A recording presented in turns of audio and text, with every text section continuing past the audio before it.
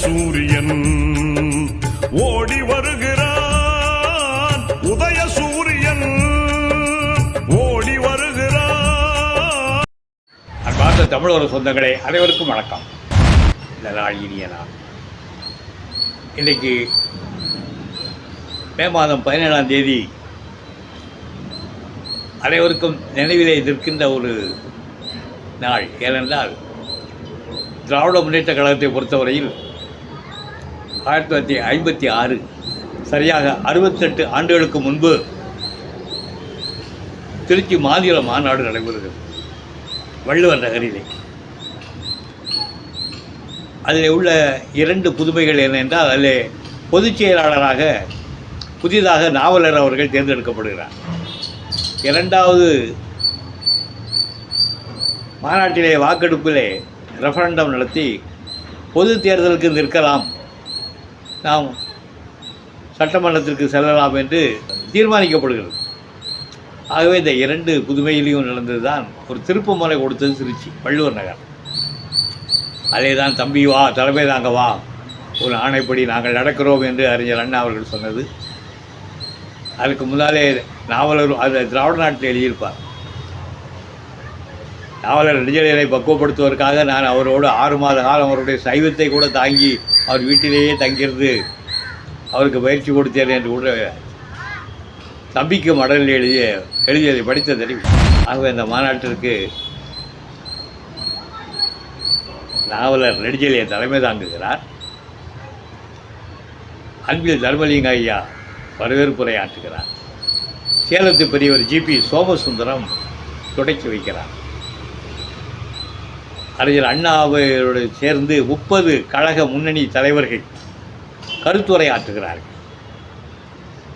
அறிஞர் அண்ணா, சொல்லின் செல்வர் சம்பத், நாவலர் தலைவராகிவிட்டார் கலைஞர் கருணாநிதி அவர்கள், அடுத்து அரங்கண்ணல்,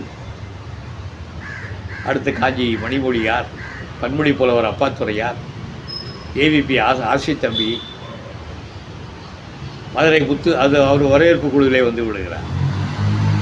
இன்னும் அரங்கண்ணல், சத்யவாணி முத்து, பேராசிரியர் அன்பழகன், மதியழகன், ஏ கோவிந்தசாமி, டி கே பொன்னுவேலு என்றெல்லாம் பல்வேறு முன்னணி தலைவர்கள், அப்பொழுது ஆரம்பத்திலே கட்சியை வளர்த்த முன்னணி தலைவர்கள்.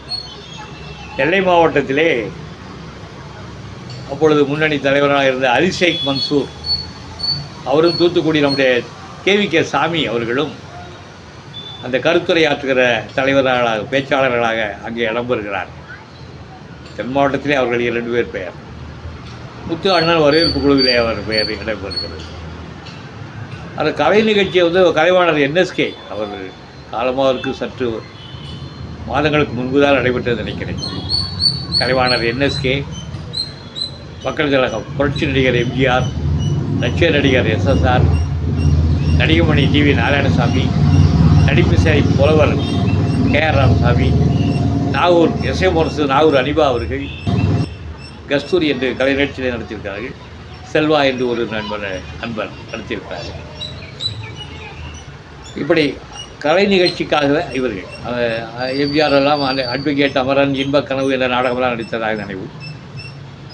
SSR மணிமகுடம், இன்னும் மற்ற சில நாடகங்கள். இப்படி ஒவ்வொருவருக்கும் ஒவ்வொரு பொறுப்பு இருந்தது.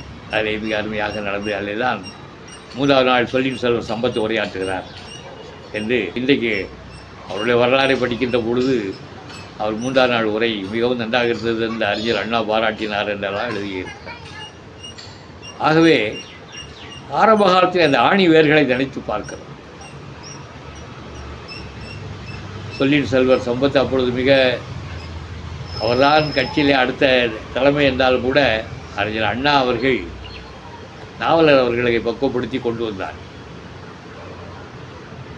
சொல்லின் செல்வர் ஒரு 62 இதை பற்றி சொல்கின்ற பொழுது, நான் பெரியாருக்கு துரோகம் செய்துவிட்டேன் என்று சொல்லி அழுதார். அதுக்கு எதனால் என்றால், தனக்கு வர வேண்டிய ஒரு வேளை முக்கியத்துவங்கள் கழகத்திலே இல்லாமல் வேண்டும். இத்தனைக்கும் அவரை பாராளுமன்ற உறுப்பினராக வைத்தாலும் எல்லாமே முக்கியத்துவம் கொடுத்தார்கள். ஆனால் பொதுச் செயலாளர் பதவிக்கு நாவலர் தேர்ந்தெடுத்தது அறிஞர் அண்ணாவினுடைய கணிப்பு எந்த தடவியனால் பொதுவானவர், அவர் எல்லாருக்கும் பொதுவானவர் என்ற முறையிலே கழகம் எந்த சூழலிலும் பல்வேறு விதமாக அணிகளாக சிதறிவிடக்கூடாது என்பதற்காக ஏற்படுத்தினோம். ஆகவே அப்படிப்பட்ட மாநாடு வள்ளுவர் நகரிலே துவங்குகிற இந்த நாள் 68 ஆண்டுகள் ஆகிவிட்டது. திமுகவுக்கு திருப்புமுனை கொடுத்த நாள். நல்லது பெரியவர்களே, நாளைக்கு சந்திப்போம்.